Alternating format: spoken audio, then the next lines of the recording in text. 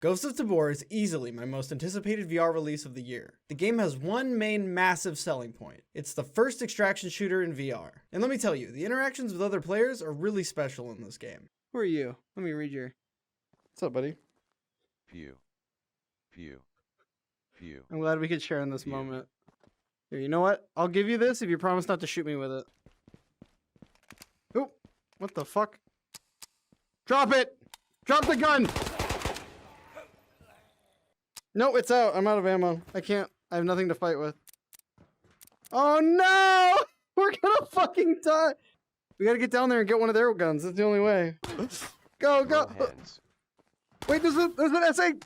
Oh my god. No, it's not loaded! I got him! Yes! Unfortunately, it's interactions with everything else that take this game from a 10 out of 10 to 10 minutes of torture. That raid with Johnny, a mute stranger I met, is one of the most memorable gaming experiences I've had in months, and without that raid, I think I'd be writing this game off entirely right now. Because this game in its current state, which is an open alpha, I know, is kind of a mess. Let me repeat, I know it's an alpha, I hope they fix the stuff. That's the point of the video. We'll start off with the big one. The big one. The queen mother of dirty. I can only speak to my setup, a Quest 2 plugged into my PC, but my hands lose tracking a lot. And I know some people are thinking, that's just inside-out tracking, bro. That's not the issue here. If the game's available on Quest, the hand placements need to work with Quest. This game, that's going to be sold on Quest, was clearly not play-tested with one because the grip points don't allow you to aim the gun correctly. At first I thought it was just the SKS stock clipping or something, so I switched weapons. But somehow it's even worse with the looty. I don't think I need to elaborate, but this is game-breaking. I can't hold a sight picture with these weapons. The AI in this game isn't exactly clever, but I can't hit my shots at point blank when the game's grabbing onto my gun and pulling in random directions. I'm not fighting the enemies, I'm fighting the controls. For the most part, this isn't an issue in Pavlov, Contractors, Tactical Assault, or this game's closest competition, Into the Radius. We'll come back to that one later. Compounding this is the game intentionally adding delay to your movements when holding weapons. This serves two purposes. It adds a feeling of weight, and it stops people from insta-lock flicking shots at each other. I see both of these goals, but if my weapon's going to be jerked away from my target, and I have to wait for it to return to the correct position, you're making a bad situation worse. In my opinion, these goals aren't worth making your game feel worse than every other VR shooter. And let's talk about the hands for a moment. They're physics objects that interact with things, and this is a problem. You can have this in a VR game, but the hitboxes and physics need to be really good or you have a ton of issues. Like your hand getting stuck inside something and bugging out until the game gives up and resets it. The hands aren't even in the right spot. Let me show you a clip. This game has a unique idea when it comes to loading a magazine in VR, one that I actually like. Instead of just snapping a mag into place, you have to insert it and slide it all the way in. Unfortunately, there's two big problems here. The first is that the system's just kind of jank in general, so the mag just won't go in sometimes and you have to mess with it until it works. The other, much more egregious problem is that this is what my hands look like in this clip. I'm not exaggerating. I have to physically cross my offhand behind my main hand in order for the magazine to go in all the way. This lack of precision permeates every system and makes them all worse. Going back to interaction, the inventory system is incredibly buggy, and even when it works, it's clunky as all hell. They had to disable a set of free backpacks and tactical vests because they just wouldn't come into raid with you. They fixed that by removing them, so fair enough. As I was writing this, mag pouches had a 50% chance to not let you remove the magazine from them. Ever. Beside the bugs, let's just talk about how it works. To remove the backpack, you put your hand to your torso and hold grip. Then you can press the trigger to open and close it, and items placed inside will float there. This is cool and all, except items in the bag can collide, meaning you need to move an item out of the way to place another item. This is fine and actually makes looting a skill that you can get better at.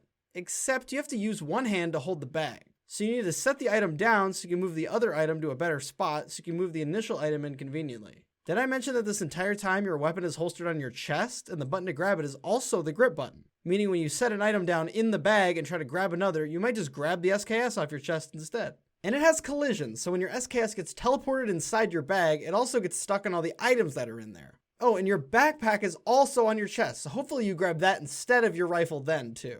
I understand that it's not realistic and that slinging a weapon to your chest is a lot more likely in real life. But there's a reason 95% of VR games store things in dedicated spots in different locations. In addition to this, your chest rig can also be taken off. But the game fixes this by only allowing you to grab it with both the triggers and grip button. Easy fix, right? Except sometimes grabbing just grabs the chest rig anyway. In Into the Radius, I can keep an eye on a distant enemy, unload my gun, store it, grab ammo out of my backpack, top up my mag, and reload while barely even looking. This is because my primary weapon is stored over my right shoulder and my backpack is stored over my left, which might sound a little strange if every other VR game in existence didn't figure this out years ago. Into the Radius also allows the backpack to float, which while not being realistic, makes inventory management twice as easy since you have twice the hands. In Tabor, I can stop next to a box and take my time, and I'll have like 3 messed up inputs before I loot anything. I'd be a lot more gracious if Into the Radius didn't come out like 3 years ago. We already know how to make these systems work in VR, and reinventing the wheel isn't a good idea if the end result is cube-shaped. All these issues are compounded with the fact that, again, your hands aren't in the right spot, and what object your hand decides to grab is fairly imprecise. I grab the wrong item constantly in this game, and it makes everything harder to do. Here's something that should be easy to fix. Why in the Johnny Guitar Christmas fuck does my menu option selection have latency? If I scroll past 3 options, wait until my little selection laser goes where I want it and pull the trigger, the previous option will still get selected because I didn't wait long enough. This has sent me through the wrong loading screen on multiple occasions. I can't fathom a good reason for it to be this way. The looting in general is very hit or miss. If you have a 2-handed weapon, you need to holster it, then grab your chest, hopefully grabbing your pack instead of your gun. Then you reach into the box, but your model's clipping into the side of the crate the box is on, so you stretch your arm out and eventually trick the game into grabbing the item. Then, when placing the item in the bag, it glitches through a different item and launches across the room. Obviously, I'm exaggerating. This is the worst case that could ever happen. But all of these individual things do happen, and they happen a lot. Let me take you through an actual raid. I had just recorded this for background footage. This was not me trying to demonstrate anything. I was just playing the game as normal. I enter a building and get to a door. This is me trying to open the door. I eventually decide the door can't be opened, so I move on. I have the same experience with another door.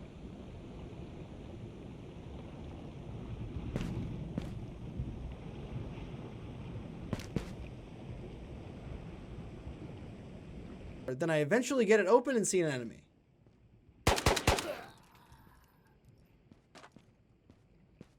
I kill him and take his Glock and magazines.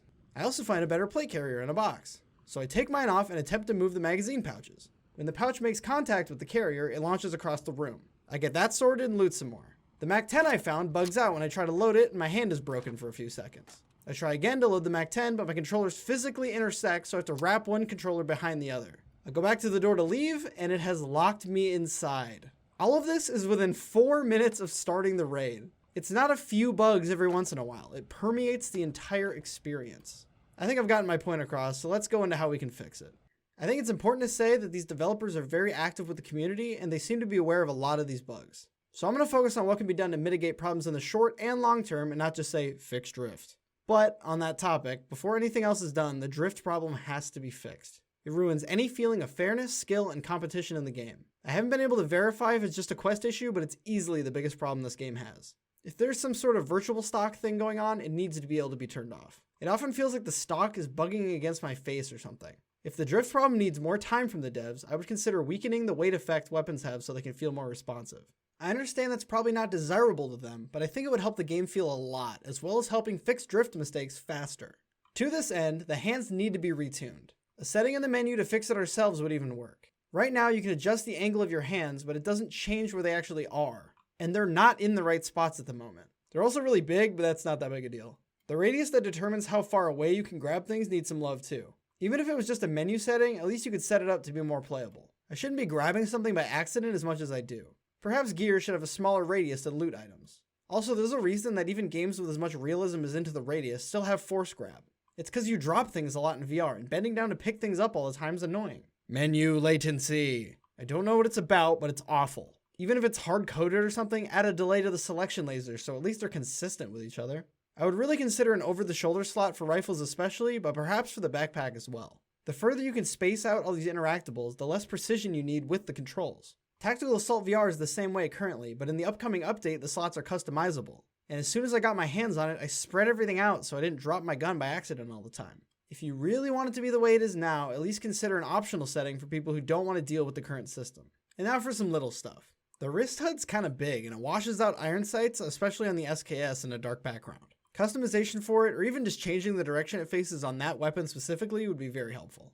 Hooks inside the trading room for backpacks and helmets would be nice. AK reload someday, please. This game really does have potential. I don't want people to write it off because of what I've said here. These devs have been working hard and updating the game and community constantly. I mentioned a multitude of things in the script that have already been fixed. All of these fixes were over the course of a single week. It might take a little while to get ironed out, and it's not quite there yet, but it is on the way. At the recent in-person launch party, they were asked about positive and negative reception of their game, and they had this to say. I think the overwhelming response has been positivity from most of the people that played the game. And there is a lot of what people call jank and bugs. And with the stage that we're in 11 months and in an alpha, I think it's fully should be expected. But my message to the community, and I know every one of these guys echo it because we're working on it today while we're setting up the venue, is that every single thing that you see wrong will be fixed. This team has no plan on starting a project and leaving it unfinished. It's not my mission. That's not how I grew up and how I was trained and what I live by. We're going to start the mission. We're going to finish the mission. And we don't see this being done for a couple of years. Obviously, they could be full of shit, but the amount of work they've done in such a small amount of time gives me great hope for the future of this game. Don't buy the hype yet. It's not there yet in my opinion. But keep a close eye, and it's probably worth $20 to support the project, even if there is a little jank.